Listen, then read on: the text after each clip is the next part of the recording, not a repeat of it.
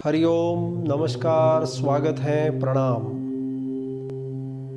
मूलभूत वैदिक ज्ञान स्तंभ के इस तीसरे दिन के संस्करण में आप सभी का स्वागत है। कल यानी दूसरे दिन हमने ओम या ओमकार के संबंध में जानकारी ग्रुप में प्रेषित की थी। अनेक सदस्यों के अनुरोध पर कि इसका एक छोटा सा ऑडियो बनाकर भेजे तो वो ज़्यादा अच्छा रहेगा। ये ऑडियो हम लोग बना रहे हैं। शब्दशः जो लिखा है उसका मैं यहाँ ऑडियो संस्करण कर रहा हूँ। हरि ओम। गोस्वामी तुलसीदास जी का वचन है, बुध किसान सर बेद निज मते खेत सब सींच। अर्थात वेद सरोवर जैसे हैं जिसमें भिन्न भिन्न मत मतांतरों के समर्थक अपने अपने मत या संप्रदाय रूपी खेत को सींचते रहते हैं। तो यहाँ पे मूलभूत वैदिक ज्ञान स्तंभ की जब हम लोग बात करते हैं तो हम में से हर व्यक्ति के कुछ मत मतांतर हो सकते हैं। आप सभी का स्वागत है। आज बात करते हैं ओम की या ओंकार की। ओम या ओंकार का दूसरा नाम प्रणव अर्थात परमेश्वर है। माना जाता है कि संपूर्ण ब्रह्मांड से सदा ओम की ध्वनि निःसृत होते रहती है। इस एक शब्द को ब्रह्मांड का सार माना जाता है। ओमकार ध्वनि, ओम को दुनिया के सभी मंत्रों का सार कहा गया है। इसका उच्चारण शरीर पर सकारात्मक प्रभाव छोड़ता है। भारतीय सभ्यता के प्रारंभ से ओमकार ध्वनि के महत्व से सभी परिचित रहे हैं। ओम का चिन्ह ओम अद्भुत है। इस चिन्ह के 5 अवयव है। अ से अकार, उ से उकार एवं म से मकार। नाद और बिंदु इन पांचों को मिलाकर ओम एकाक्षरी मंत्र बनता है। ओम यह पूरे ब्रह्मांड को प्रदर्शित करता है। ब्रह्म का मतलब होता है विस्तार, फैलाव और बढ़ना। अकार, उकार और मकार ये 3 सृष्टि, स्थिति और संहार के संपादक ब्रह्मा, विष्णु तथा रुद्र के वाचक हैं। प्रकारांतर से ये जागृत, स्वप्न और सुषुप्ति तथा स्थूल, सूक्ष्म और कारण अवस्थाओं के भी वाचक हैं। अ ब्रह्मा का वाचक है, उच्चारण द्वारा हृदय में उसका त्याग होता है। उ विष्णु वाचक है, उसका त्याग कंठ में होता है। तथा म रुद्र का वाचक है और उसका त्याग तालु मध्य में होता है। तदनंतर बिंदु है जो स्वयं ईश्वर रूप है, अर्थात बिंदु से क्रमशः ऊपर की ओर वाच्य वाचक का भेद नहीं रहता। भ्रूमध्य के स्थान पर बिंदु का त्याग होता है। ओम को दुनिया में जितने भी मंत्र हैं उन सब का केंद्र कहा गया है। दुनिया के अलग अलग सभ्यताओं में, संस्कृतियों में, धर्मों में तथा विभिन्न जाति संप्रदायों में ओमकार किसी न किसी स्वरूप में आता ही है। ओम की ध्वनि का सभी संप्रदायों में महत्व है। ओम हिंदू धर्म का प्रतीक चिन्ह ही नहीं बल्कि हिंदू परंपरा का सबसे पवित्र शब्द है। हमारे वेद मंत्रों का उच्चारण भी ओम से ही प्रारंभ होता है, जो ईश्वरीय शक्ति की पहचान है। अंग्रेजी में भी ईश्वर के लिए सर्वव्यापक शब्द का प्रयोग होता है। यही सृष्टि का आधार है।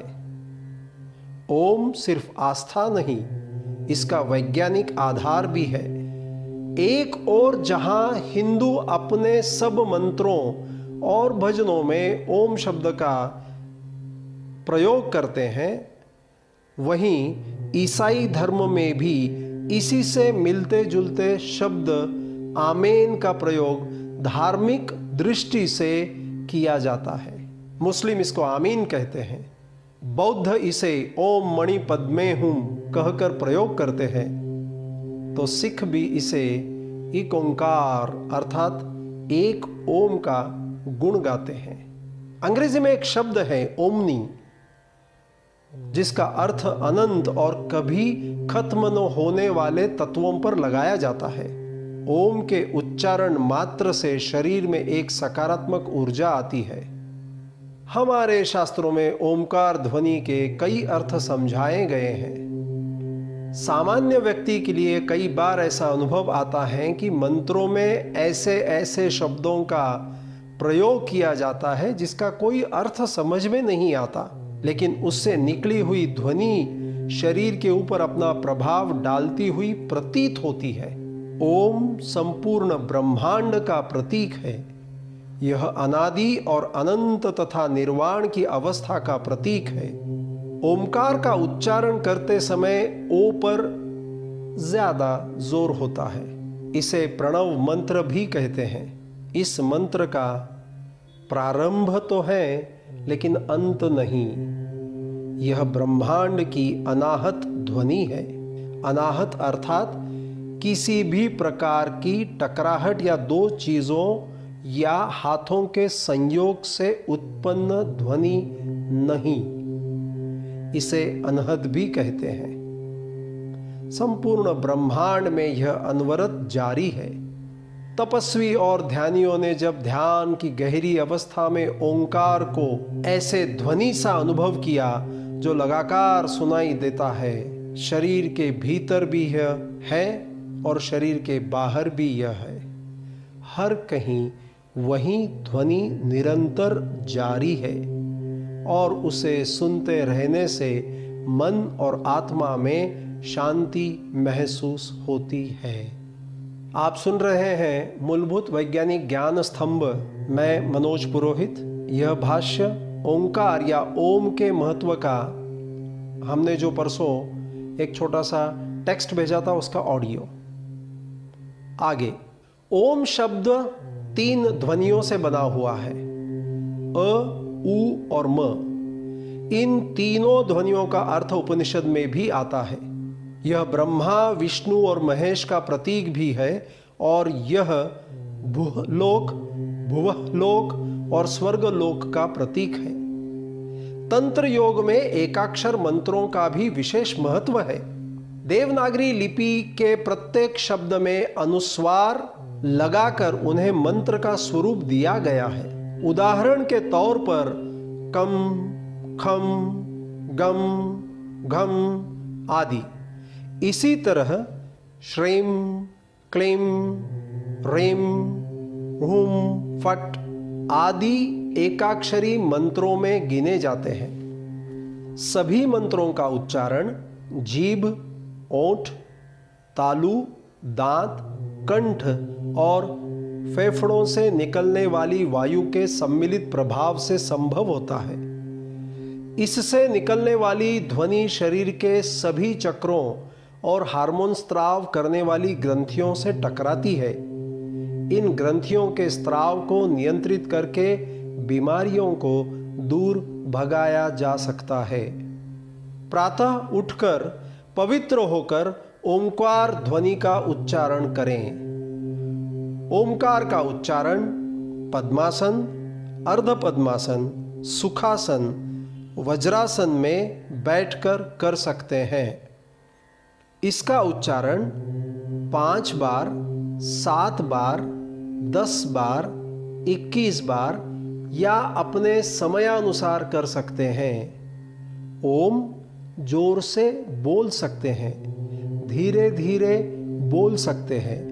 मात्र सामान्य साधक को ओमकार को मध्यम स्वर में बोलना ही उचित है। इससे शरीर और मन को एकाग्र करने में मदद मिलेगी। दिल की धड़कन और रक्त संचार व्यवस्थित होगा। इसके उच्चारण से मानसिक बीमारियां दूर होती हैं, कार्य क्षमता बढ़ती है। इसका उच्चारण करने वाला और इसे सुनने वाला दोनों ही लाभान्वित होते हैं। ओम शब्द के उच्चारण का महत्व मूलभूत वैज्ञानिक ज्ञान स्तंभ में मैं मनोज पुरोहित अब आपको बता रहा हूं। ओम शब्द के उच्चारण का महत्व। ओंकार मंत्र छोटा होने के कारण मन एकाग्र होने में सुलभता बनती है और मंत्र ज्यादा प्रभावशाली बनता है। ओंकार बोलने से हमारा प्रवास जड़त्व से सूक्ष्मत्व की ओर जाने वाला होता है। वैसे तो ओंकार का उच्चारण हम अपने समयानुसार कर सकते हैं, मात्र सुबह उठकर ओंकार ध्वनि का उच्चारण करने से शरीर और मन को एकाग्र करने में सहायता मिलती है। दिल की धड़कन और रक्तचाप सुचारू होता है। ओंकार के ध्यान से, ओंकार के ध्वनि से सकारात्मक ऊर्जा का संचार होता है। इस सर्वव्यापक पवित्र ध्वनि के गुंजन का हमारे शरीर की नस नाड़ियों पर बहुत गहरा प्रभाव पड़ता है। प्रतिदिन ओंकार का उच्चारण न सिर्फ ऊर्जा की शक्ति का संचार करता है, शरीर की रोग प्रतिरोधक क्षमता को भी बढ़ाकर कई असाध्य बीमारियों से दूर रखने में हमारी मदद करता है। अध्यात्म में ओम का विशेष महत्व है। वेद शास्त्रों में भी ओम के कई प्रभावों का उल्लेख मिलता है। आज के आधुनिक युग में वैज्ञानिकों ने भी शोध के माध्यम से ओम के चमत्कारिक प्रभाव की पुष्टि की है। पिछले कुछ वर्ष पूर्व तो नासा के वैज्ञानिकों ने सूर्य से निकलने वाले स्वरों पर संशोधन किया, तो कुछ दिनों तक इस बात पर भी खूब बहस थी कि क्या यह ओंकार जैसा स्वर है। पाश्चात्य देशों में भारतीय वेद, पुराण और हजारों वर्षों से चलती आई भारतीय संस्कृति और परंपरा काफी चर्चाओं और विचार विमर्श का केंद्र रहे हैं। दूसरी ओर वर्तमान की वैज्ञानिक उपलब्धियों का प्रेरणा स्रोत भी भारतीय शास्त्र और वेद ही रहे हैं। ये बात और है कि स्पष्ट रूप से वैज्ञानिक इसे स्वीकार करने से बचते रहे हैं। योगियों में यह विश्वास है कि इसके अंदर, ओंकार के अंदर मनुष्य की सामान्य चेतना को परिवर्तित करने की शक्ति है। यह मंत्र मनुष्य की बुद्धि एवं देह में परिवर्तन लाता है। ओंकार से शरीर, मन, मस्तिष्क में परिवर्तन होता है और वह स्वस्थ हो जाता है। ओम के उच्चारण से फेफड़ों में, हृदय में स्वस्थता आती है। शरीर, मन और मस्तिष्क स्वस्थ और तनाव रहित हो जाता है। ओम के उच्चारण से वातावरण शुद्ध हो जाता है। आपने अनुभव किया होगा कि प्रिय तथा अप्रिय शब्दों से निकलने वाली ध्वनि से मस्तिष्क में काम, क्रोध, मोह, भय, लोभ आदि भावना निर्माण होते हैं और इन्हीं भावनाओं से दिल की धड़कन तेज हो जाती है। इसी से रक्त में विषाक्त पदार्थ निर्माण होने लगते हैं और इसके विपरीत प्रिय और मंगलमय शब्दों के द्वारा मस्तिष्क में, हृदय और रक्त पर अमृत की तरह लाभ करते हैं। ठीक उसी तरह से ओमकार के उच्चारण से शरीर में आवेगों का उतार चढ़ाव जो है वो नियंत्रित किया जा सकता है। ओम का उच्चारण कब करें, कैसे करें? प्रातः यानी सुबह उठकर पवित्र होकर ओम का उच्चारण आप पद्मासन, अर्ध पद्मासन, सुखासन, वज्रासन में बैठकर भी कर सकते हैं। आप जब ओमकार कहते हैं तो ओ की मात्रा 2/3 और म की मात्रा 1/3 होनी चाहिए। यह थी प्रस्तुति मूलभूत वैदिक ज्ञान स्तंभ के शिविरार्थियों के लिए। द्वितीय दिन ओमकार के बारे में ये थी मूलभूत जानकारी। इसके बाद आओ हम सब लोग मिलकर करते हैं ओमकार ध्यान। धन्यवाद। आपका मंगल हो। हरि ओम।